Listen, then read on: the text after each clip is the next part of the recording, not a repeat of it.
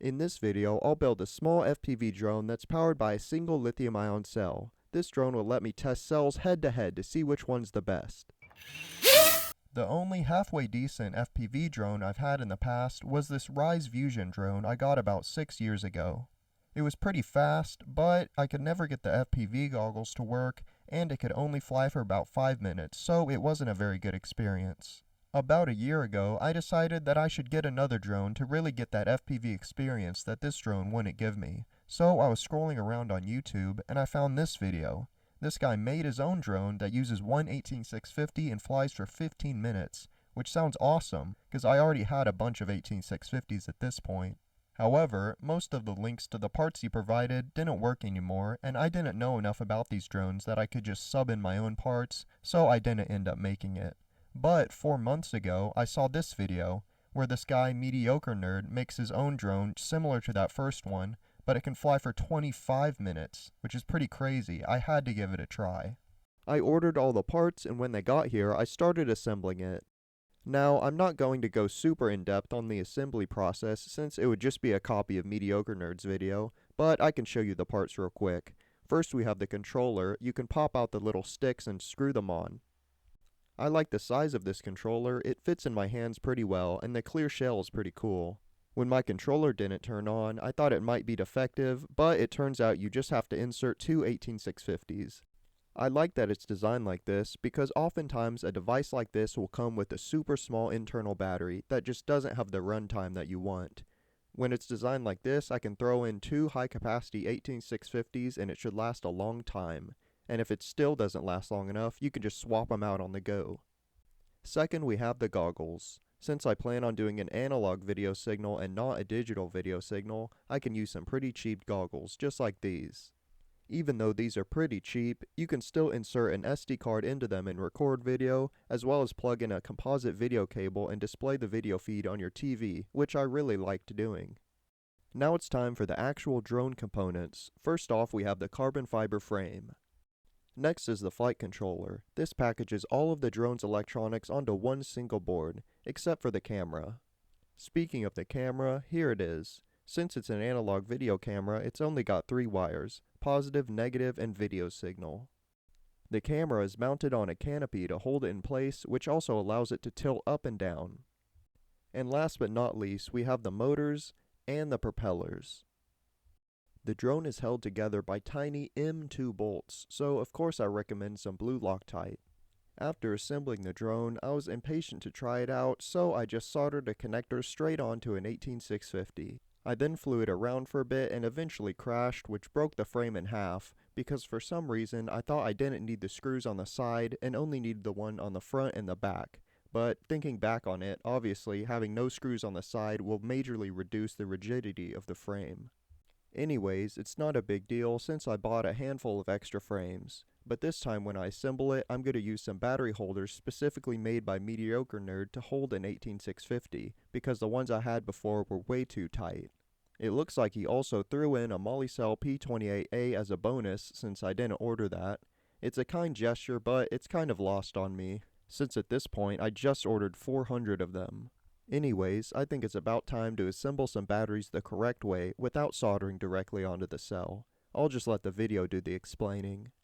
I was originally planning on using these red JST connectors just because I already had them, but their wire gauge was way too thin, which was causing a ton of voltage drop, so I ended up swapping them out for some XT30 connectors with much thicker wires.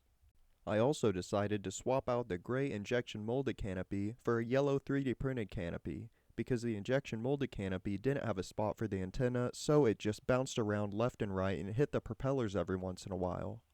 After assembling the drone for a second time, I spent a lot more time flying it around so I could try and get better at it, so I don't just crash and break it immediately. At this time, it was the middle of winter and below freezing outside, so I just put the drone on my front porch, plugged the goggles into my TV, and then sat on my couch and flew it around like that. It was pretty cool doing that. It felt like I was just playing a video game. The day after that, my mom wanted to go to her parents' farm, so I decided to tag along and bring the drone and fly it there. However, I ended up crashing it into a field and we couldn't find it, so that one's down for the count.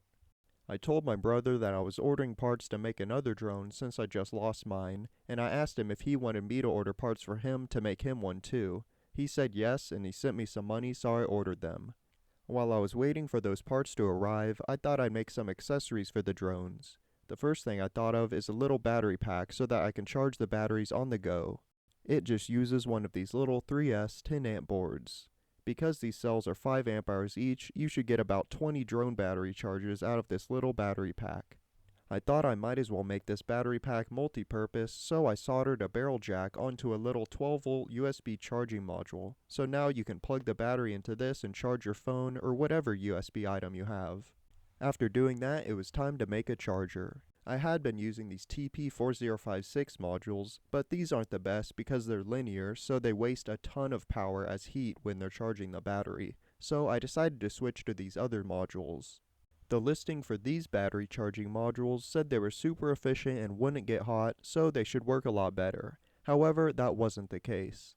Since apparently these modules are super efficient and wouldn't heat up, I thought I could just hot glue them all together like this and it would work fine. However, if I plugged more than 3 batteries into it, the whole thing would just melt into a puddle of goo, so I decided I was going to take it apart and do it the right way. I know what you're thinking at this point, I should just buy a charger. However, I wasn't able to find one that specifically says it works with lithium-ion batteries and has a decent charging current. The only lithium-ion chargers I could find would do less than 1 amp, while this one can do 2 amps on all 6 batteries. I don't know if the LiPo chargers would work because the lithium-ion low voltage is way lower than the LiPo low voltage, so it might refuse to charge it. After I finished building the charger, I wanted to modify the goggles. Remember when I was discussing the controller, I mentioned that I don't like devices with a small built-in battery that takes forever to charge and doesn't last too long? Well, this is a prime suspect right here. Even worse, the battery indicator doesn't really work. It was telling me it was fully charged when it was about to die, which is not good. However, before I could tear these goggles apart, all of the drone parts arrived, so I assembled them, and then my brother and his friends wanted to go back to our grandparents' house to do some other stuff plus fly the drones. So I needed a way to make sure the goggles didn't die while we were flying the drones since I didn't trust the indicators or the batteries. So I grabbed a 12-volt converter that would work with one of my 72-volt batteries. Here's the full setup.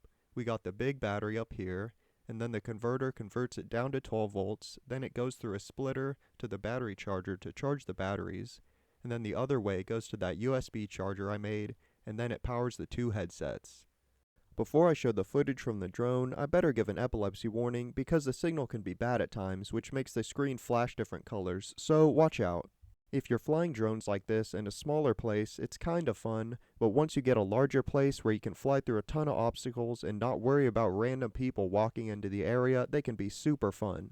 My grandparents' house is a pretty good example of this. There's a couple different buildings we can fly through plus a bunch of trees, so we can kind of make our own course. In case you didn't realize it yet, there's no audio, but even if there was, I don't think you'd be able to hear much. When you're not flying next to a big metal building, the video quality is a lot better. However, it's often not good enough to see super thin things like power lines. Even though these drones aren't designed to go super fast, they can still get moving pretty good if you just hold that throttle down. In this footage, I have the camera completely horizontal because I'm trying to see better when I'm going slow, but if you were an advanced pilot and you wanted to go full throttle the whole time, you could tilt the camera way up, which would help you see a lot better. I'm also flying in self-level mode where the drone tilts to match the right stick on the controller. This isn't the hardcore FPV mode, that's acro mode, where it continuously tilts based on the position of the right stick, with no regard to gravity. In that mode, you have full control over the drone, so you can do a lot more stuff, but you have to be a lot more skilled. My favorite thing to do here was to try to fly the drone through the smallest gaps that I could find. Since it's so small, you can fit through tiny gaps. I would have more flying footage from this day, but one of the headsets completely stopped recording videos, which is super annoying, especially considering I tested both of them multiple times before we came here.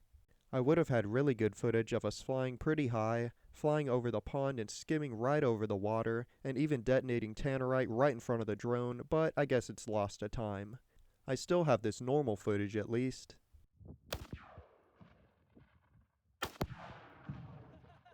It was pretty convenient to have the E-motos there as well, because whenever one of us flipped the drone over, we could hop on one of them and go right over there and flip it back over. We learned that we could usually keep the drone flying after a collision if we just went full throttle for a second. However, the collision would throw off the self-level for a moment, so you'd have to fight it to keep it level. How far away we could fly was totally dependent on the video signal. I never had the controller lose signal at all. As you can see in this clip, I started way out in the field and the video signal just gets better as I get closer. After we got back, I decided to mod the headset right away because it was annoying being tethered the whole time while you're trying to fly. My first idea was to remove the internal battery and just wire it to an 18650 battery mount on the top of the headset. That way I can remove the battery and charge it with a much faster charger than the one that's built into the headset. This worked fine for a while, but then suddenly it would only turn on if it was plugged in, then after it was turned on you can unplug it and use it, so that's not gonna work. So I picked up these little boards that can boost the battery's voltage up to 5 volts, which then I can just plug into the USB and trick the headset to thinking it's plugged in. I didn't actually have to plug the wires into the USB port, since I could just scrape the coating off the PCB and solder it straight to the copper. I really thought this was going to work, but it would just not turn on. It would maintain 5 volts on the output, then as soon as you tried to turn it on, it would drop to 0, so I guess it was just too much inrush current for this little board. So I decided to pick up some power bank circuits to try. These can handle a lot more current than those little boards I was using. These boards could power the headset totally fine, but the percentage reading was totally wrong. I would hook up my power supply at 4.2 volts and it would show 100, which makes sense, but then if I lowered the voltage, the percentage wouldn't even drop. I thought this may be being caused by my power supply doing some weird PWM effects that was affecting the percentage reading, but I tried it out with a ton of different charged 18650s and it was still doing this. I decided to make a little power bank to test the circuit, and once I fully charged and discharged it, the percentage reading was very accurate, so I don't know what's up with that. It must have some sort of learn feature where it learns the capacity. Anyways, I'm done messing with these dumb goggles, so I'm just gonna stick a cell inside. I wanted the cells to be easily swappable, but this'll be fine. After flying for 12 minutes, it only dropped 2%, so that's plenty of battery life. Here's how it turned out. You can hold the button on the front for 2 seconds to turn on the power bank, and then hold the button on the top of the goggles to turn on the screen. There's a micro USB port and a USB-C port on the bottom to charge, and then a USB-A port if you need to get an emergency phone charge or something like that. After finishing this, I decided to take my drone to the local river to get some cool cinematic shots of flying over the water. However, I immediately crashed straight into the river, so that's drone 2 down for the count. I was so annoyed at myself for doing that, but I thought, at least on the bright side, I got a good clip out of it since I was recording when it happened. However, of course, the goggles didn't record it, so that's great. The real upside of me losing the drone was that now I didn't have to convert the other pair of goggles, which I was not looking forward to. I thought that I'd better start getting some scientific data about the battery life of these cells before I'd lose or damage this drone, so it's time to do that. The only uncycled 18650s I had on hand were the Molicel P28A cell like I mentioned earlier, and the EVE 33V cell. I also tried some 21700 cells, but they're just way too heavy for a drone this small. I could tell from the first test flight with the 5 Ah BAC cell that it could most likely fly as long as the 18650s, but with how sluggish it made the drone feel, I wouldn't say it's worth it. Here's the stats of the 4 cells I tested. I decided to include the Samsung 30T just because I had a couple. I knew it wasn't going to be a strong contender. It weighs way too much and the capacity is horrible. The 2 real contenders, the Molicel and the EVE, are actually a perfect representation of 2 different cells that you could buy for this drone. The EVE cell has a higher capacity and a lower discharge, while the Molicel is the opposite of that, a higher discharge with a lower capacity. Because the drone pulls 5 amps while hovering and 16 amps at full throttle, it sits right in the middle of the current ratings of these 2 cells, where it's really pushing the EVE cell, but it's not doing anywhere near the max discharge of the Molicel.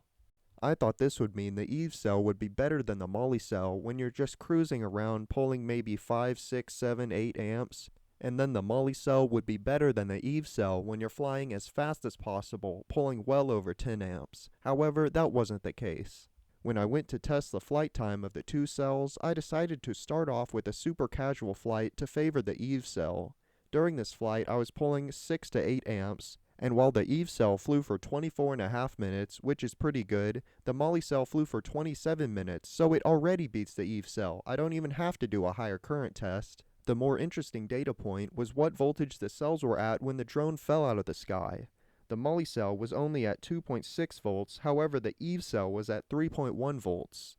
This shows just how important the internal resistance of the cells are when it comes to squeezing every last drop of power out of your cells. Even though the Eve cell has a higher capacity than the Moly cell, which means it stores more power, it wasn't able to transfer that extra bit of power into the drone efficiently enough to beat the Moly cell because it has a higher internal resistance, which was causing more voltage drop inside the cell. If the Eve cell had the same flight time or even a little bit longer flight time than the Moly cell, I would probably still pick the Moly cell because you're absolutely torturing the Eve cell, pulling 16 amps from it when it's only rated for 10 amps discharge. Meanwhile, the Moly cell doesn't care at all about you pulling 16 amps from it, since it's rated to do more than double that current continuously, so you're guaranteed to get way more cycles out of the Moly cell before the capacity significantly decreases. Along with flight time, I also wanted to test how much power the cells can output, so I first just held the drone in my hand and went full throttle. The Eve cell was nearly 50 watts, while the Moly cell was nearly 60 watts, so another win for the Moly cell. To do a thrust test, I tied a weight to the drone with some fishing wire, and then I put the weight on a digital scale and zeroed it out. Now when I go full throttle with the drone, the scale will show the drone's thrust. The Eve cell was around 110 grams, while the Moly cell was around 123 grams. Doing all of these tests have really shown me that when making battery packs for my E-Moto builds, choosing the cells with the higher output current is definitely the better option, even if I don't use the full output current of the cells, which is pretty hard to do with the tablet cells that are currently available on the market. If you want to learn more about drones like these, go check out Mediocre Nerd's channel. He has a bunch of videos on the topic. Anyways, that's it for this video. Thanks for watching!